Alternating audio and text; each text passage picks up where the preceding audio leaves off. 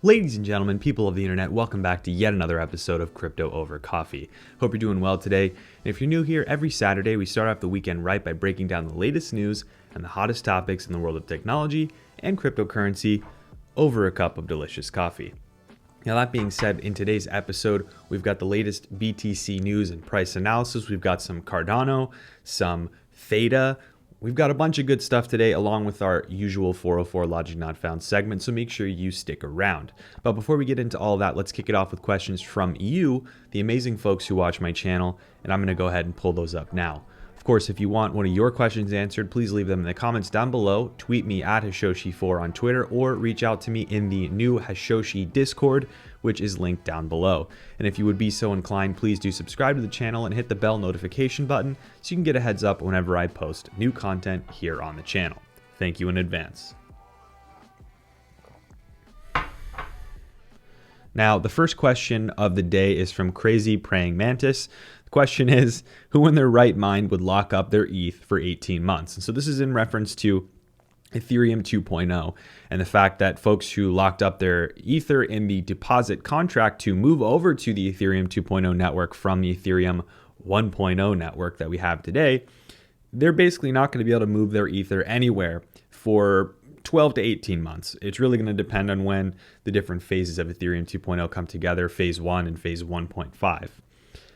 Now, I think the main reason that someone would lock their Ether is if you believe in the project going forward, right? If you believe without a shadow of a doubt that Ethereum 2.0 is going to be successful, and you believe that Ethereum's price is going to continue to go up, and you believe that you want to just earn staking rewards on that Ether that you have for the next 18 to 24 months, and you don't really plan on moving it or selling it, this is a perfectly fine move to make.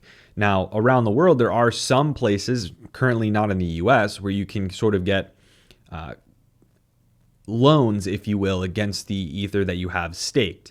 There are even exchanges that do this, like Kraken, for example, that are working on this type of feature. So you have a little bit of flexibility.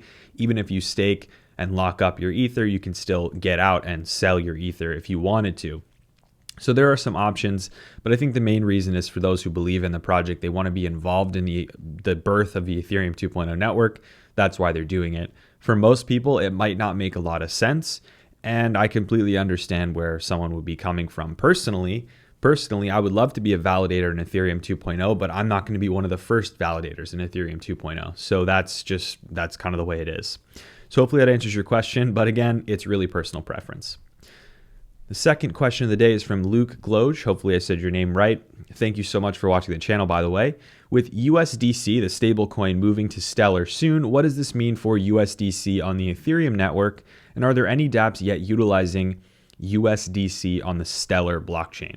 So recently there was news that the Stellar blockchain, you've probably seen it on Coinbase before if you've ever used the app, they're going to be hosting another sort of version of USDC, a popular stablecoin that's used in the United States and abroad. Now, what this means for the Ethereum network's USDC and then subsequently the Algorand network's USDC, because now all three networks are supported, it means that they're going to have to sort of share the spoils, if you will, of usage. And each will be used for different things. I think that DeFi projects will still largely use the Ethereum USDC because it's native on Ethereum. I think Algorand the same way. Projects that are needing stablecoin access within the context of Algorand are going to use Algorands. But I think where Stellar's USDC is really going to come into play is for exchanges. I think exchanges are going to want to take the Ethereum and Algorand USDC and move it and exchange it using the Stellar network because it's going to be cheaper and faster because it doesn't work the same way as Ethereum and Algorand do. Now, that being said, too, I also think that we're going to see companies like Circle, who have already announced that they're working on this, create sort of an API layer or an exchange layer where you can one-to-one swap USDC from Ethereum, Algorand, and from Stellar. And I think that's going to be a huge catalyst for exchanges to start using interoperably all the different USDC implementations that there are going to be. The only thing that I want to mention here is, based on your question, you're wondering if any dApps are utilizing the Stellar blockchain's USDC yet. The answer is no, because it's not out yet. In 2021, we're expected in the first quarter, maybe the second quarter, worst case, to see that come into reality. So not yet, because it's not out there yet, but it will be soon. So thank you so much for your question, Luke. And the third question of the day is from Zolt Sabo. Thank you so much for watching the channel. The question is, will Cardano staking rewards go lower as prices go higher, or will it be around 5% in 5 to 10 years regardless of the market? So there is no fixed concept of what the staking rewards are going to be in Cardano, nor many other networks. There's no way to truly control that at a protocol level. What I will say is that the network economics change depending on, in the context of Cardano, stake pool saturation. You can earn more rewards or less rewards depending on how you're delegating your ADA and to whom you're delegating. It will also change depending on the decentralization metrics, the K metrics for saturation within the Cardano stake pool world as well.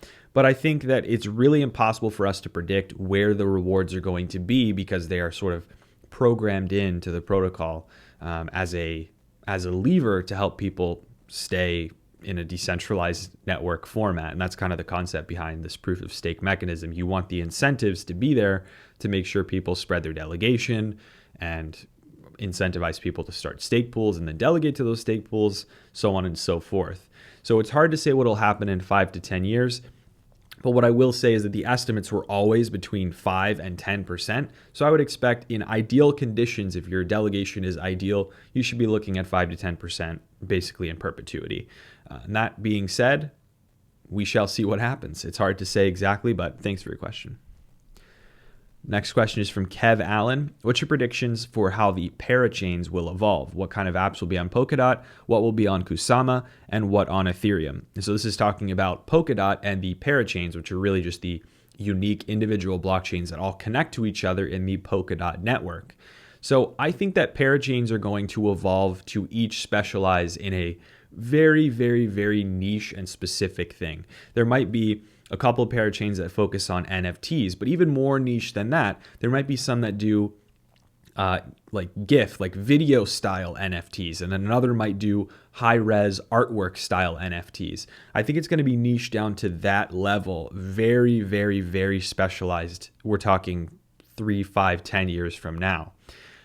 Now, the split between Polkadot Kusama, which is very much the canary battleground testing version of Polkadot that's now sort of come into its own as its own network, and then Ethereum, which is also coming with brand new things, I think they're actually all going to interoperate with each other, because I think that Ethereum shares a lot of characteristics with Polkadot from an architecture perspective on like the really fundamental layers, like the Ethereum 2.0 spec more so. Obviously, the interoperability component, that's unique to Polkadot. Some of the other decisions that have been made on, higher up in the stack are very different. But Kusama very much is Polkadot, and they've diverted a little bit, but they're very similar. I have a feeling that a lot of the cutting edge, like brand new, we're not sure if it's going to work, but we have this really crazy development idea. I think those are going to happen on Kusama, where the barrier to entry is lower than on Polkadot, because if you want to lease a spot in Polkadot, it's not going to be cheap forever. And then on Ethereum, I think that Ethereum is going to still maintain a lot of grasp on certain DeFi projects. And I also think they're going to still have a lot of interest from those who need Turing complete smart contract language, who want to build out really inventive and brand new things, and then start to expand to more niched networks later. So you might see Ethereum hosting new dApps that then decide, okay, now that we've tested this theory, we're going to now move our application to a parachain in Polkadot. And I think we've already started to see interest in that sort of thing happening already. So hopefully that answers your question, Kev, but feel free to ask a follow-up and I'll get to it next week. And then the final question of the day is from the Bartok. Just joined the farm with insane returns, and this is yield farming. Is it all real and happening, but I can't... Oh, it's all real and it's happening, but I can't seem to understand how. What makes these insane returns possible, and why is everybody not doing it? So this is about yield farming, and it's very popular in DeFi now, and a lot of people are doing it. What makes these returns so real is that it sounds bad, but there's so much money flowing into these projects that there's a lot of money that can also flow out of these projects. And when you have within 1-2 days or 1 week of a new project coming to fruition, 500 million US dollars flowing in like we've seen, it's actually really easy to be able to create protocols where that money starts to filter out to participants in the form of yield farming. And every single project does these things a little bit differently. So I'm not going to dive into the true nitty-gritty details of how this works mechanically. But what really I think is important to understand is that eventually these gains and this easy money, quote unquote, runs out, right? And it doesn't always work where you get these insane returns forever. There are protocols that are still kicking, that are still chugging along. But again, you've got to realize that the money has got to come from somewhere. And if these projects slow down, they tank very, very, very, very quickly. And if there's drama, which there almost always is in DeFi, these projects can tank very, very, very quickly, and your earnings do as well. So just be aware that there are people who get caught holding a bag of yield farm cryptocurrency that don't move it, and they think it's going to continue forever. And then it goes to zero or close to zero, and then it really hurts. And so it is all real and it is happening. But at the end of the day, it won't happen forever with every project. And so just bear that in mind. I think that's the best way that I can go about it. And with that, let's dive into the news section. Now, for those who are new here, every week in partnership with the folks at Cobo who make the awesome Cobo Vault wallet, I will be giving away a Cobo Tablet Steel Seed Phrase backup device in every episode from here on out. Now, all you have to do to enter the random draw is to comment on this video down below, comment anything you want, and I'll pick a random winner each week. And just for transparency, the product is only available in the US and Canada and the EU. So if you win and you're from another region, I'm just going to send you Bitcoin instead. And the winner of last week's giveaway for the Cobo is none other than this person on the screen. You see the random draw. So big congratulations to you. And of course, I will be in touch. Now that that's out of the way, to get us rolling on the news today, let's talk about Bitcoin and Bitcoin price analysis. Now, this week has been one of the more down weeks for Bitcoin that I can remember in a while, with the usual bull run sentiments fading on crypto Twitter and Reddit, largely with prices below 18K for a fair bit of the week. However, it seemed to end on a high note this week with a reasonable push back up above 18K coming into the weekend. So that was definitely good to see. Now, there are many out there who said that there was a clear path to new all-time highs by the end of 2020. And hey, it could still happen. In crypto, you never know. But I think it's always been more likely that a healthy pullback or two superseded that move to all-time highs. Ultimately, there are so many ways that the pressure can be placed on Bitcoin's price in the downward direction, with whales selling, regulation rumors swirling, and an influx of finicky investors looking for a get-rich-quick scheme. What people should really realize, though, is that even though it seems a bit rough in the moment where we are now, if you zoom out a little bit, you'll see Bitcoin is even less volatile these days than it has been traditionally since its advent. You'll also have to take into account that good news like MicroStrategy making an extra $650 million bond sale to fund another massive multi-million-dollar capital investment in Bitcoin, those things are great. The Winklevoss twins as well, the Bitcoin billionaires who run the Gemini exchange, they even mentioned that this is a reason to be optimistic, citing institutional investors and quote unquote the smartest people in the room buying Bitcoin surreptitiously under the table.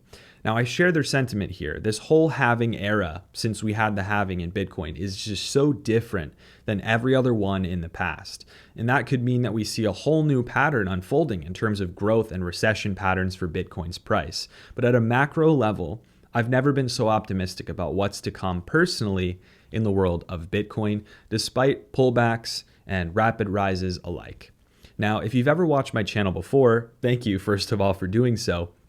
But you'll know that I'm a longtime fan and evangelist of the Brave browser, a privacy-preserving web browser that has been a stellar replacement for Google Chrome for me over the years.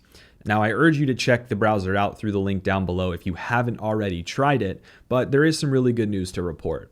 Recently, Brave announced that they have launched their own private content delivery network, or CDN, to deliver content to users in a highly available, low latency manner, whilst also protecting user privacy at every step. Today, Brave uses a CDN to deliver the opt-in anonymously matched advertisements to its browser users, which allows them to earn rewards. And to protect privacy, they drop any IP addresses that come in with the connections to the CDN.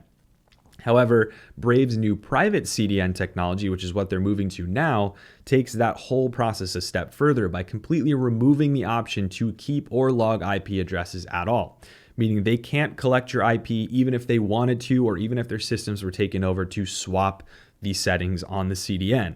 This is an improvement for sure. Now, using that new private CDN, Brave also launched a news media stream and news reader feature to their browser, which works much like Apple News, for example.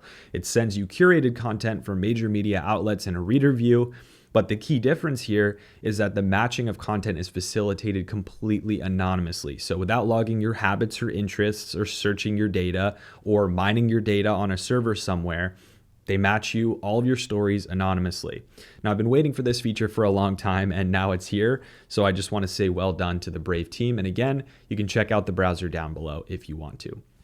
Now, for fans of Cardano, there is also some fantastic news coming for this week about the first DeFi project committing its future to Cardano as the Goguen smart contract upgrades come to mainnet in the coming months. The Polkadot DeFi project Bondly, which encompasses a decentralized e-commerce platform with escrows and a trading platform called BSwap, has announced a cross-platform compatibility setup with Cardano as well. This means that both of these Bondly products, along with the Bondly token, will live on the Cardano and Polkadot networks with a bridge between them. Now, how the mechanics of this bridge are actually going to work from a technical perspective are still up in the air to me, but it's exciting news nonetheless, and I'll be looking out for more details. In other news, though, another DeFi project, Liquid, looks to be one of the recipients of a grant from Cardano's Project Catalyst program to build as well, so we will see what that looks like soon enough. Oh, and last but not least, in the Cardano world, now that the K parameter has changed to 500 and the saturation levels for pools have changed, you might be looking for an unsaturated stake pool to delegate your ADA to maximize your rewards. And that being said, please check out the Dan stake pool run by my friend Digital Asset News from YouTube. You might have heard of him, as well as the Kind stake pool, who gives some very generous chances to win extra rewards to its delegators and donates to charity, which I always love. So check both of those pools out. Now, ladies and gentlemen, it is time for 404 Logic Not Found. And for those of you who are as of yet uninitiated in this little firecracker of a segment, I highlight notable tech-related fails or otherwise stupid moves in the world that just need to get some attention. And speaking of attention, if you want to help this video get some attention from the YouTube algorithm, please do hit that like button and get subscribed, because it tells the YouTube robots that run this whole show that you're enjoying the content and other people might enjoy it also. So thank you so much for that in advance. Now, for today's absence of logic, I present to you a serious case of why did that take so long? The IOTA Foundation, the nonprofit organization behind the IOTA directed acyclic graph project that had all the hype in 2017, recently announced that they were parting ways with the volatile founder, David Sonsobo. Recently, this news came out, and I'm shocked that it took this long for them to realize that there was no path forward with leadership who behaved the way that Sonsobo did.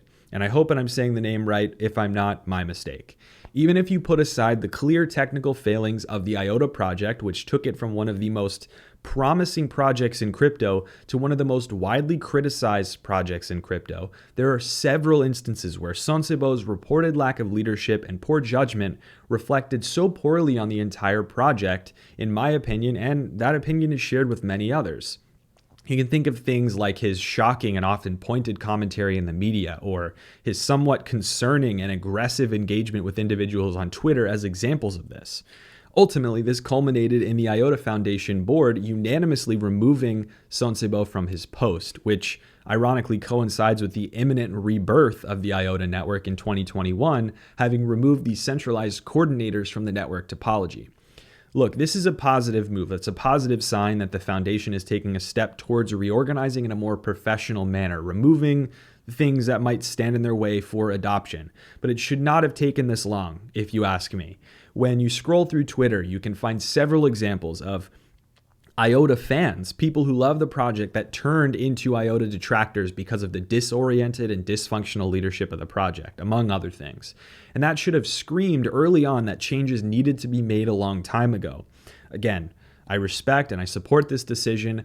I wish Sonsobo the best going forward, but this should have been done a long time ago, on behalf of the IOTA investors. So 404 logic not found.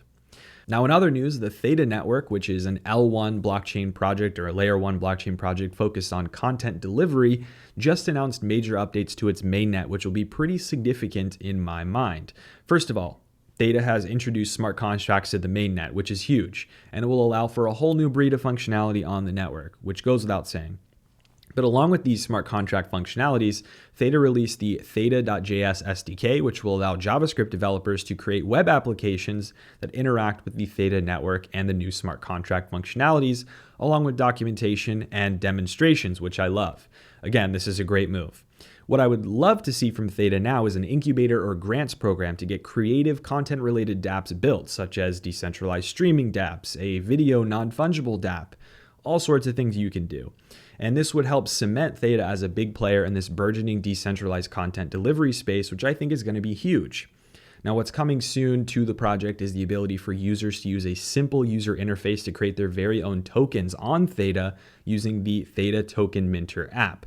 So this is one thing to watch out for coming soon, amongst other things, but Theta is getting more and more exciting by the month with their new releases. Now, while we're on the topic of projects delivering new features, the popular decentralized application peripheral project Waves has started to pivot towards DeFi by launching interoperability features on top of the Neutrino stablecoin and network security upgrades that they've already made throughout the year, and they've gotten a lot of attention as a result.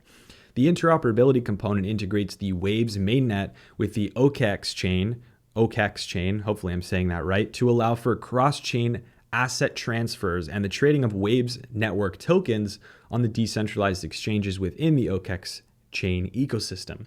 That is a tongue twister. This interoperability component could spur more usage of tokens that live on the Waves mainnet, and it could very well bring more use cases to the burgeoning DeFi space on Waves.